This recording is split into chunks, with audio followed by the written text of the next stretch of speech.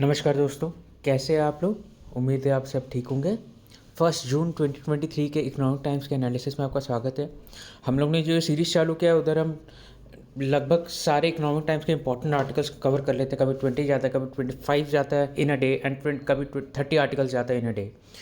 तो depending upon the number of news हम सारे आर्टिकल्स को एक एक करके कवर करते हैं। मैं सिर्फ पॉलिटिक्स बेस्ड और पर्टिकुलर कंपनी बेस्ड कि कंपनी ने ये प्रॉफिट जनरेट किया, वो कंपनी का ये क्वार्टर फोर जनरेट हो गया, ये सब चीज़ को मैं कवर नहीं करता हूँ। बट बाकी इकोनॉमी रिलेटेड या कोई ग्लोबल वर्ल्ड रिलेटेड न्यूज़ है वो सारे मैं इसमें कवर करता हूँ। तो स्टार्ट करते हैं दोस्तों। एंड थैंक यू दोस्तों, आप लोग मैं देख रहा हूँ सब्सक्राइबर्स बढ़ते जा रहे हैं, तो उम्मीद है आप सबको वीडियोस भी पसंद आ रहे होंगे।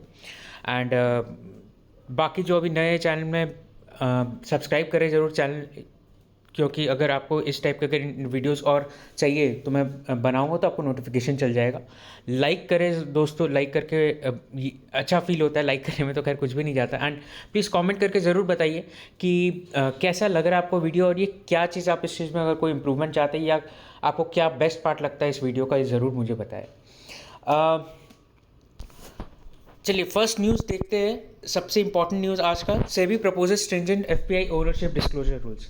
देखिए एक्चुअली सेबी ने क्या हुआ कि सेबी अब अपने ही जाल में फंस गया है।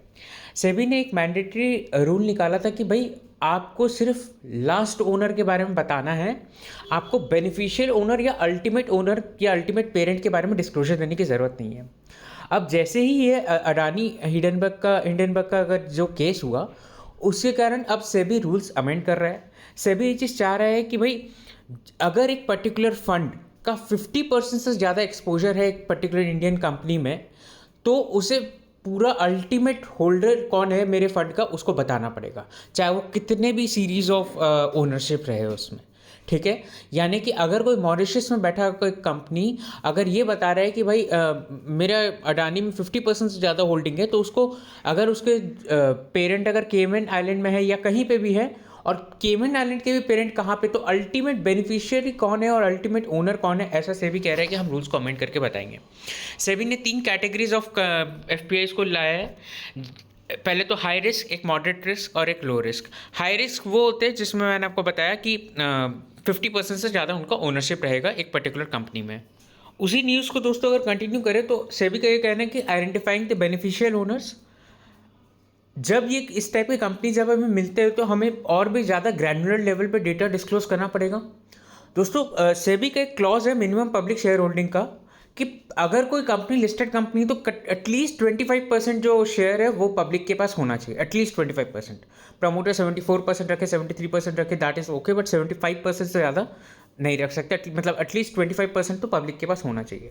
तो जब आप अल्टीमेट बेनिफिशियल ओनर नहीं बताते हो तो क्या होता है, उससे मान लो अगर अडानी है, ठीक है, उसे अगर अपने कंपनी में 100% शेयर होल्डिंग रखना है, ठीक है, तो वो क्या करेंगे, वो ये कर सकते हैं कि भाई पब्लिक को इधर सिर्फ 10% दे दे, अपने पास 74% दे दे, बाकी का जो 16% है वो किसी एफपीआई के थ्रू रूट करके अपना इंडिया में इन्वेस्टमेंट कर दे। तो उससे क्या होगा, उनका वो मिनिमम पब्लिक शेयर होल्डिंग वाला क्लॉज भी फुलफिल हो गया और अल्टीमेट बेनिफिशियल ओनर तो पता ही नहीं चला।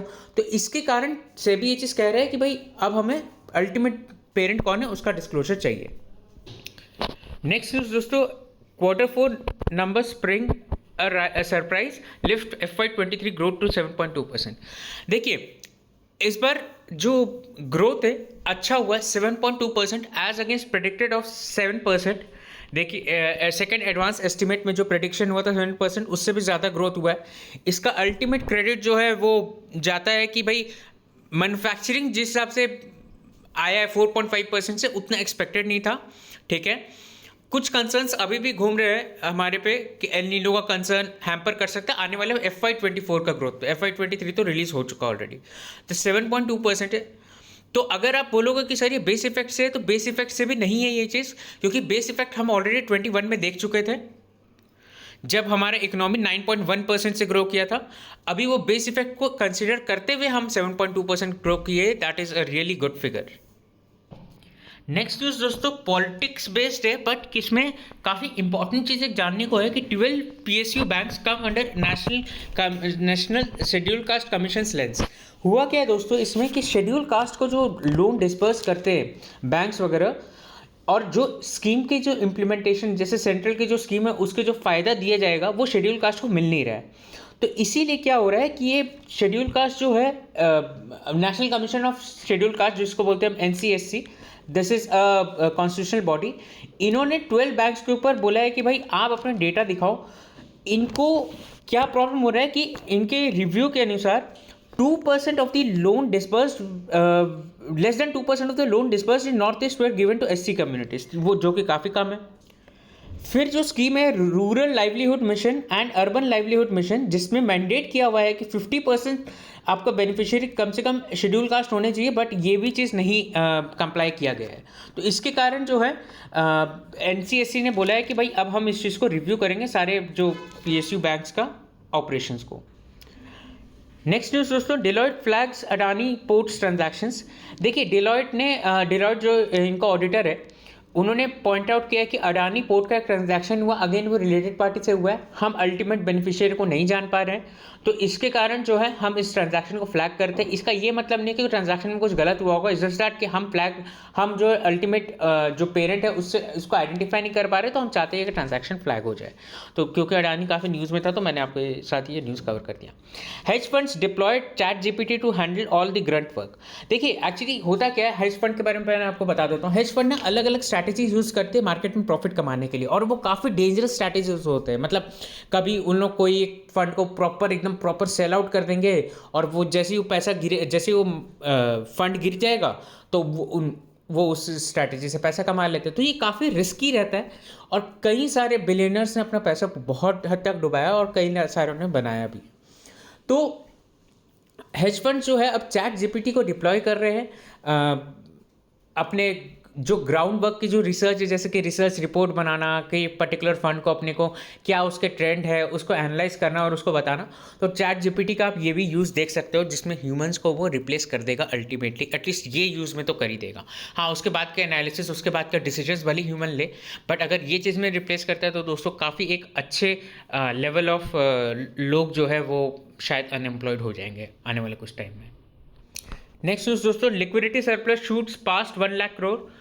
देखिए लिक्विडिटी सरप्लस क्या है कि ये किस बारे में बात हो रही है कि 2000 का नोट मैंने आपको बताया था कि लगभग 3.5 लाख करोड़ के आसपास 2000 के नोट है, और अभी जो है 1.35 लाख करोड़ आ चुका है RBI के पास। ठीक है, तो अब क्या है, RBI जो बोल रहा है कि भाई 2000 नोट के आने से लिक्विडिटी बढ़ गया। अब लिक्विडिटी बढ़ गया तो दोस्तों ऑब्वियसली जब चीज़ का पैसा का जब फ्लो ज़्यादा हो जाता है सिस्टम में, तो उसका डिमांड जो उसका जो इंटरेस्ट रेट है जिसके ऊपर आप पैसा बोरो करते हो, ठीक है, वो कम हो जाएगा। ठीक है, तो अल्टीमेटली क्या हो रहा है, एंड ये मनी मार्केट में ज़्यादा होगा। देखिए कैपिटल मार्केट बहुत बड़े बड़े चीज़ से इफेक्ट होता है, ये छोटे मोटे चीज़ से कैपिटल मार्केट इफेक्ट नहीं होता। मनी मार्केट क्या होता है, वो काफ़ी जैसे शॉर्ट टर्म के लिए जो लोन लेना हो, मतलब मान लो सिर्फ ओवरनाइट के लिए लोन लेना हो, या 24 आवर्स के लिए लेना हो, या 3 दिन के लिए लेना हो, इस टाइप के जो लोन रहते हैं वो शॉर्ट टर्म मार्केट में रह जाते हैं। तो उसके जो लिक्विडिटी है वो काफ़ी अभी लिक्विडिटी बढ़ गया उसमें, और इंटरेस्ट रेट वगैरह कम हो गया है। फिर एक और छोटा development, lenders reject Go First plea for undrawn funds. Actually Go First ये चीज़ बोल रहा है कि भाई हमारे पास जो 200-300 करोड़ रुपए जो अभी पार्क किया हुआ फंड, हमें उसे यूज़ करने दो, ताकि क्या होगा कि हम अपने बिजनेस को रिवाइव कर पाए, और बिजनेस को रिवाइव करके हम आपको फिर धीरे धीरे करके पे कर देंगे। तो लेंडर्स बोल रहे हैं कि नहीं, अब तो हम ये चीज़ नहीं करने देंगे, और आपको जो भी है पैसा अब NCLT के पास चलो, हमको अपने एयरक्राफ्ट की जो लीज़ है उसको कैंसिल करो और हमें वापस कर दो। NCLT बोलता है कि नहीं, अभी मॉरेटोरियम लगाया हुआ है तो आप इस एयरक्राफ्ट को हाथ नहीं लगा सकते। देखिए प्रॉब्लम क्या हो रहा है दोस्तों, प्रॉब्लम ये चीज़ हो रहा है कि भाई अगर वो अलाउ करेंगे तो गो फर्स्ट बोल रहा है मैं रिवाइव करेगा, बट लेंडर्स को भरोसा नहीं हो रहा है। लेंडर्स एज इन जो लेसर्स है, जो जिन्होंने अपना एयरक्राफ्ट को लीज दिया हुआ है, वो अग्री नहीं कर रहे गो फर्स्ट के इस मैनेजमेंट के साथ। तो इसी कारण क्या हो रहा है कि अब वो हॉल्ट पे जा चुका है, तो हो सकता है गो फर्स्ट अब जो है वो इंसॉल्वेंसी पे पूरा ही चल जाएगा, पूरा बैंकक्रप्ट डिक्लेयर हो जाएगा। और अगर मान लो कुछ मीडिएशन नहीं आता है तो, या अगर कोई बड़ा इन्वेस्टर इसको आके टेक ओवर नहीं करता है तो। गो फर्स्ट का दोस्तों प्रॉब्लम मैं आपको बता देता हूँ, प्रैट एंड विटनी के इंजन से हुआ था। जब इसके इंजन जो एयरक्राफ्ट में लग रहे थे वो काफ़ी ख़राब होने लगे, तो इन्होंने फिर एक इनके सारे जो एयरक्राफ्ट है वो ग्राउंडेड होने लगे। अब ग्राउंडेड हो तो एयरक्राफ्ट का लीजेस तो लग रहा है, लीज का पेमेंट तो हो रहा है आपको, बट एयरक्राफ्ट में आप यूज़ नहीं कर पा रहे हो। तो इस इंजन कंपनी के खिलाफ, जो कि यूएस बेस्ड कंपनी है, उसके खिलाफ गोफर्स ने केस भी किया था, बट वो समहाउ वो केस, अब वो हार गए। हार तो मैं ये नहीं बोलूँगा 100% हार गए, बट ये चीज़ है कि उनको कोई अच्छा आउटकम तो नहीं मिला उस केस का। तो इसके कारण क्या है, गोफर्स का लॉस लगना चालू हुआ। तो देखिए छोटे मोटे डिसीजन से, जब आप इंजन बस एक अच्छे कंपनी से प्रोक्योर नहीं किए, आपको एक कंपनी भी इंसॉल्वेंट डिक्लेयर हो सकता है। नेक्स्ट इंपॉर्टेंट न्यूज़ दोस्तों, telecom companies are divided on backhaul spectrum. देखिए बैकहोल स्पेक्ट्रम का मतलब क्या हुआ, मैं आपको बता देता हूँ। एक होता है 5G स्पेक्ट्रम, वो कैसे कनेक्ट होता है, वो प्रॉपर ऑप्टिकल फाइबर से कनेक्टेड जो नेटवर्क्स रहते हैं उसे बोलते हैं हम 5G नेटवर्क। ऑब्वियसली इसका मतलब मैं सिर्फ इन कंपैरिजन टू बैकहोल बता रहा हूँ, 5G का मतलब कुछ और ही होता है। बट अगर बैकहोल का मतलब देखें तो बैकहोल स्पेक्ट्रम का मतलब ये होता है कि जो कि ऑप्टिकल फाइबर से कनेक्ट नहीं होते, ठीक है। वो कैसे कनेक्ट होते हैं, वो नेटवर्क वगैरह से कनेक्ट होते हैं, वो वायरलेस कनेक्ट होते हैं, ठीक है। तो अब क्या हो रहा है, 5G का तो हमें पता है ऑक्शन हुआ, ठीक है। 5G में जो जितना बिड किया वो उतना स्पेक्ट्रम ले गया। अब 2012 में बैकहोल स्पेक्ट्रम में क्या हुआ था, 2008 से 12 के बीच में बैकहोल स्पेक्ट्रम क्या हुआ था, कंपनीज को एलोकेट हो गया था ऑन एडमिनिस्ट्रेटिव बेसिस। मतलब अच्छा ठीक है भाई, आपको ये चाहिए आप ये ले लो, आपको वो चाहिए आप वो ले लो। मतलब मैं ये नहीं बोलूँगा पार्शियलिटी हुआ था या कुछ हुआ था, बट एक म्यूचुअल एडमिनिस्ट्रेटिव बेसिस पे एलोकेशन हो गया था। 2017 में जब जियो बना था तो उन्हें भी वो चीज़ एलोकेट हो गया। अब जियो बोल रहा है कि भाई जो बैकहोल स्पेक्ट्रम है आप उसका भी ऑक्शन कराओ, उसको भी अब हमें ऑक्शन करने दो, ताकि टेलीकॉम कंपनी जो मतलब डिपार्टमेंट है उनका रेवेन्यू भी जनरेट हो, और हम अपने हिसाब से अपने कंपटीशन के हिसाब से एलोकेट करवा लेंगे। बट बाकी जो कंपनीज है दैट इज वोडाफोन एयरटेल, वो चीज़ कह रही है कि भाई बैकहोल स्पेक्ट्रम को आप मत करो, क्योंकि बैकहोल स्पेक्ट्रम को अगर आप ऑक्शन कर दोगे तो कई सारे जगह जहाँ पे हमें बैकहोल स्पेक्ट्रम का नीड है, वो कई सारे जैसे रिमोट एरियाज़ में अगर हमें मान लो सप्लाई करना रहता है, क्योंकि देखिए दोस्तों रिमोट एरिया में तो आप ऑप्टिकल फाइबर बिछा के आप अभी तक सप्लाई करना तो चालू नहीं हुआ 5G का। 5G का अभी तक अगर आप देखो तो कवरेज लिमिटेड है, ऐसा नहीं कि 5G पूरे इंडिया में हो गया है। 5G का लॉन्च जरूर हो गया इंडिया में, बट रिमोट एरियाज़ में आज भी आपको 5G नहीं मिलेगा। तो उस एरियाज़ में जब अगर हमें अच्छा एक स्पीड नेटवर्क प्रोवाइड करना पड़ता है तो वहाँ पे ये बैकहोल स्पेक्ट्रम का यूज़ आ जाता है।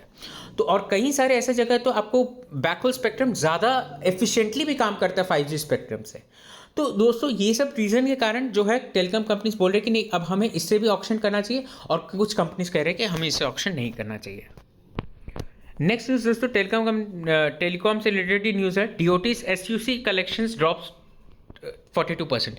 SUC मतलब क्या होता है कि स्पेक्ट्रम यूजर चार्जेस। आपने स्पेक्ट्रम खरीदा, ठीक है, आपका जो एनुअल ग्रॉस रेवेन्यू है उसका हम 5% के आसपास लेते थे पहले, लेकिन अब जो है डिपार्टमेंट बोलता है कि भाई हम आपसे सिर्फ 2% लेंगे। तो अब ये जो 5% से 2% हो गया, सॉरी दोस्तों 3 to 4% से 1% जब हो गया स्पेक्ट्रम यूजेस चार्जेस, मतलब जब आप किसी कंपनी का जो है एनुअल ग्रॉस रेवेन्यू का एग्रीगेट ग्रॉस रेवेन्यू का 1% के आसपास जब चार्ज करते हो, पहले ये परसेंटेज 3 to 4% था, उससे बोलते हैं स्पेक्ट्रम यूजेस चार्जेस। मतलब आप जो 5G का स्पेक्ट्रम यूज़ कर रहे हो या कोई भी स्पेक्ट्रम जब आप यूज़ कर रहे हो तो उसे आप पे कर रहे हो उसके चार्जेस। बट अब क्या है, ये क्योंकि 1% हो गया तो जो आपका एग्रीगेट में जो स्पेक्ट्रम यूजेस चार्जेस है वो कम हो गया है। बट जो आप लाइसेंस फी पिक करते हो that is around 8% of adjusted gross revenue, वो आप वही पे कर रहे हो। मतलब spectrum usage charges is 1% of adjusted gross revenue and licence fees is 8% of adjusted gross revenue, ठीक है। तो ये एक न्यूज़ कवर हो गया दोस्तों। आगे बढ़ते हैं। Anti tobacco warnings now mandatory on OTT platforms. देखिए OTT प्लेटफॉर्म्स में एंटी टोबैको का अब एडवर्टीजमेंट आने लगेगा, एज इन जो वो अवेयरनेस के लिए जो देते हैं। आपको पता होगा मूवीज़ वगैरह में 30 सेकंड्स का पहले और 30 सेकंड्स के इंटरवल में जब दिखाते हैं वो कि भाई tobacco causes cancer, is injurious to health वगैरह वगैरह। तो वो सब चीज़ अभी भी अब OTT प्लेटफॉर्म्स के जब आप भी सीरीज़ या मूवीज़ देख रहे होंगे तो आपको वो भी दिखाएगा, ठीक है। अब मुझे नहीं पता मुकेश वगैरह आएंगे कि नहीं उसमें, बट आपको ये जो एडवर्टीजमेंट्स है वो चीज़ अवेयरनेस कैंपेन्स है वो सब चीज़ आपको दिखाया जाएगा, and India will become the first country to do this. Next news दोस्तों, window to apply for chip fabrication under ISM set to reopen. देखिए ISM मतलब इंडिया सेमीकंडक्टर मिशन। अब इस मिशन के तहत गवर्नमेंट ने लगभग 76,000 करोड़ के आसपास एलोकेट किया था। वो उस टाइम में 10 बिलियन के आसपास था। अब क्योंकि रुपये का वैल्यू कम हो गया तो ऑब्वियसली वो 10 बिलियन से थोड़ा कम हो गया होगा। 10 बिलियन डॉलर से मतलब आप समझ लीजिए 9.8 9.9 के आसपास हो गया होगा, बट खैर वो एक अलग बात है। बट लगभग 76,000 करोड़ के आसपास गवर्नमेंट ने एलोकेट किया है। अब इस एलोकेशन में गवर्नमेंट ने ये चीज़ बोला है कि भाई हम सेमीकंडक्टर मैन्युफैक्चर करेंगे। तो फर्स्ट फेज जब था तो कई कंपनीज में 2-3 कंपनीज ने पार्टिसिपेट किया, जैसे कि वेदांता फॉक्सकॉन हो गया। फिर उसके बाद अब जो है गवर्नमेंट वापस से इस चीज़ को रीओपन कर रही है अभी। और उसमें पिछले वाले में फ़र्क क्या है, देखिए गवर्नमेंट जो है पहले इंसेंटिव दे रही थी कि आप आके खोलिए इधर सेमीकंडक्टर का। वो क्योंकि कंपनीज को इतना अट्रैक्ट नहीं किया है तो गवर्नमेंट अब ये चीज़ बोल रही है कि हम फंडिंग भी देने के लिए तैयार है। आपका 50% ऑफ दी आपका एक्सपेंडिचर जो भी आप कंपनी में सेट करने में लगाओगे। That's a very big step. तो अब हो सकता है जो कंपनीज पहले जो अप्लाई की होगी अब वापस से इस नए एप्लीकेशन के थ्रू अप्लाई करें और नई कंपनीज भी आके अप्लाई करें। दोस्तों गवर्नमेंट का ये फोकस है कि 40 नैनोमीटर से ऊपर सेमीकंडक्टर्स हम ज़्यादा मैन्युफैक्चर करें। ये चीज़ गवर्नमेंट ने आउटराइटली बोला है। नेक्स्ट न्यूज़ दोस्तों, मीटी launches pilots for electronics repair services outsourcing industry. देखिए मैंने आपको कल भी बताया था कि इलेक्ट्रॉनिक्स रिपेयर इंडस्ट्री काफ़ी बड़ा है ग्लोबली। अगर आप देखोगे तो इंडिया का शेयर उसमें लगभग 20% है और लगभग 350 मिलियन के आसपास का इंडिया का शेयर है। और अगर आप आने वाले 5 साल में देखो तो इसका वैल्यूएशन लगभग 100 बिलियन के आसपास हो सकता है। तो इंडिया को अपना शेयर और बढ़ाना है और इसी शेयर को और इस मार्केट में और पेनिट्रेट करना है। तो इंडिया जो है काफ़ी जून 2 से आई गेस जून 1 से लेके जून 8 या 9 तक कुछ ऐसे इलेक्ट्रॉनिक्स का रिपेयर इंडस्ट्री का एक शो कराएगी। अलग अलग कंपनी जो है उसमें पार्टिसिपेट करेंगे जो कि रिपेयर में काफ़ी फेमस है। तो लेट्स सी आगे इस पर क्या डेवलपमेंट होता है और गवर्नमेंट के आगे क्या पॉलिसीज आते हैं। दोस्तों ये नेक्स्ट इंपॉर्टेंट एक बहुत अच्छा आर्टिकल मुझे लगा, back against the wall SEBI moves tough rules to lift FPI veil. देखिए पहले तो ये हेडलाइन का क्या मतलब हुआ कि भाई सेबी को क्योंकि इतना प्रॉब्लम जा रहा है अभी अल्टीमेट बेनिफिशियरी ओनर निकालने में, तो सेबी ये चीज़ बोल रहे हैं कि अब एफपीआई वेल जो है, एफपीआई का जो बोलते हैं ना कि जो दीवार जो बना के रखे हम कि भाई इसके आगे हम बेनिफिशियल ओनर को नहीं बताएंगे, हमें अल्टीमेट पेरेंट का नहीं चाहिए, हमें सिर्फ इमीडिएट पेरेंट कौन है उसका चाहिए। अब वो चीज़ को उठाया जाएगा। देखिए उठाया जाएगा तो इस पर बहुत अच्छा चीज़ है। क्यों सेबी ये चीज़ कर रहा है मैं आपको बताता हूँ। एक तो ना हमारे कंट्री में FATF का भी सर्वे होगा, ठीक है, कि हम कहीं मनी लॉन्ड्रिंग तो इंडिया में ज़्यादा नहीं हो रहा है। और अगर FATF का अगर कोई भी रिपोर्ट में अगर मान लो हम स्पेशली मॉनिटर्ड कैटेगरी में या ग्रे लिस्ट तो खैर बहुत दूर की बात है, बट अगर वो कैटेगरी में भी आ जाते हैं कि ज़्यादा मॉनिटरिंग चाहिए हमारे इंडिया को, तो भी बहुत सारे इन्वेस्टमेंट्स पुल आउट हो जाएंगे इंडिया से। एक चीज़ तो ये। सेकेंड चीज़ ये कि इंडिया खुद भी तो चाहता है कि भाई मिनिमम पब्लिक शेयर होल्डिंग जो हम जो बना के रखे वो एटलीस्ट लोगों को मिल रहा है। कोई भी लिस्टेड कंपनी में अगर पब्लिक इन्वेस्ट करना चाहे तो उनको अपॉर्चुनिटी मिलनी चाहिए। ऐसा नहीं कि भाई आप अपने कंपनीज के थ्रू इन्वेस्ट करा दिए एंड देन कैसे भी आप चला रहे हो, मतलब कैसे भी आप कंपनी को चला रहे हो और कंपनी को लग रहा है भाई हम तो लिस्टेड भी है। फिर उसके बाद इस पर कई सारे लोगों ने प्रॉब्लम भी जताया है कि भाई अगर हम क्या होता है कि कई बार फॉरेन इन्वेस्टर्स खुद ही क्या करते हैं, वो लोग नहीं चाहते कि हम अपना जो इंटरेस्ट है किसी को बताएं, हम अपना इन्वेस्टमेंट किसी को बताएं, वो चीज़ वो खुद भी नहीं चाहते। तो अब ये सब चीज़ में क्या होगा जब कोई जेन्युइनली अगर नहीं बताना चाहता हो तो। फिर उसके बाद एक होता है दोस्तों कॉन्सेप्ट पार्टिसिपेटरी नोट्स का। मतलब इंस्टीट्यूशंस जो है इधर इन्वेस्ट करके रख देती है एंड वो उसके बिहाफ पे पार्टिसिपेटरी नोट इशू कर देती है जिसमें इंडिया का कोई रोल नहीं होता। वो सिर्फ बाहर के मार्केट में चलता है। इंडिया में पार्टिसिपेटरी नोट इंडिया के कंपनीज का नहीं चलेगा, मैं ये बोलना चाह रहा हूँ। तो वो फिर उस पार्टिसिपेटरी नोट्स के थ्रू पार्टिसिपेट करते हैं। बट उससे क्या आप और भी ज़्यादा खतरा नहीं हो जाएगा? उससे आप ये कैसे इंश्योर करोगे कि अल्टीमेट बेनिफिशियरी कौन है? तो ये सब चीज़ों को दोस्तों देखते हुए क्या होता है कि भाई सेबी को ये सब चीज़ फैक्टर्स को ध्यान रखते हुए करना पड़ेगा। ऐसा नहीं हो कि ये सब रूल्स के कारण हमारा जो एफपीआई इन्वेस्टमेंट्स है वो सब चीज़ कम हो जाए। 2/3 ऑफ द पावर कैपेसिटी में come from non fossil fuels by FY32 अभी जो है हमारा लगभग 2022 पे 40% आ रहा है। अब इनका एस्टिमेट है कि 2032 तक जो है हमारा लगभग 67% के आसपास आने लगे। तो इसमें हमें कैपेसिटी रिन्यूएबल में ऑलरेडी बढ़ाना पड़ेगा और हम अब बढ़ा भी रहे हैं। CA says 14.5 lakh crore of funding may be needed during FY22-27 and 19.06 lakhs in FY27 to 32 अगर हमें ये कैपेसिटी बढ़ाना है तो। देखिए एक दोस्तों, मुझे बस ऐसे ही अभी ध्यान आ गया पढ़ते पढ़ते article, CEA chief economic adviser और EAC दोनों में फ़र्क होता है। EAC वो होता है जो कि प्राइम मिनिस्टर को डायरेक्टली रिपोर्ट करता है। वो ये चीज़ करता है कि भाई अगर मान लो प्राइम मिनिस्टर ने या खुद भी सुओ मोटो भी कर सकता है, अगर उन्होंने कोई एडवाइजरी मांगा है इकोनॉमिक पे, भाई इकोनॉमी ये कैसा फंक्शन कर रहा है, ये पर्टिकुलर सेक्टर कैसा फंक्शन कर रहा है, ये पर्टिकुलर सेक्टर में हमें क्या एक ग्रोथ लगाने के लिए कोई पॉलिसी लेके आना चाहिए, तो वो सब के लिए EAC एडवाइस कर सकता है प्राइम मिनिस्टर को। ऑब्वियसली वो बाइंडिंग तो होगा नहीं प्राइम मिनिस्टर पे। और CA क्या होता है, चीफ इकोनॉमिक एडवाइज़र, वो जो है वो बजट के लिए प्रिपेयर करता है अपना इकोनॉमिक सर्वे, और टाइम टू टाइम मिनिस्ट्री को एडवाइस देता है कि भाई आप ये चीज़ इंप्लीमेंट कर सकते हैं, या time to time survey conduct करता है। तो दोनों में फ़र्क है दोस्तों सॉरी, कल भी एक्चुअली ये बैकग्राउंड नॉइज़ आ रहा था और आज भी ये थोड़ा आ रहा है। क्या होता है कि मैं जिस टाइम में मॉर्निंग में रिकॉर्ड करता हूँ तो वो सारे जो कलेक्ट करने आते हैं जो गार्बेज वेस्ट वगैरह, उसके कारण वो अवेयरनेस के लिए वो थोड़ा साउंड बजाते हुए आते हैं, तो थोड़ा डिस्टर्बेंस हो जाता है। बट आई होप आपको समझने में कॉन्सेप्ट दिक्कत नहीं होता होगा, और होता है तो प्लीज़ मुझे कमेंट में ये भी चीज़ बताइए, मैं इस चीज़ का भी जैसे भी हो ध्यान रखूँगा, मतलब टाइमिंग थोड़ा चेंज करूँगा या कुछ भी करूँगा। फिर उसके बाद बताइए, agri trade via E-NAM surges 41% in FY23।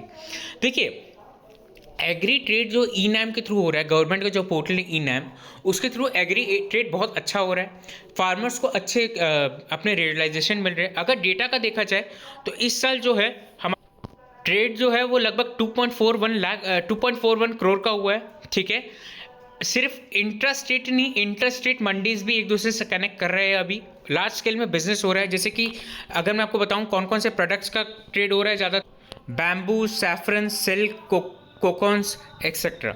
ठीक है, और कई सारे स्टेट में हो रहा है, जैसे कि छत्तीसगढ़ हो गया, कर्नाटका, झारखंड, उड़ीसा, राजस्थान, तमिलनाडु, ये सब सारे स्टेट्स में हो रहा है, और भी कई सारे स्टेट्स का नाम लिखा हुआ है इसमें।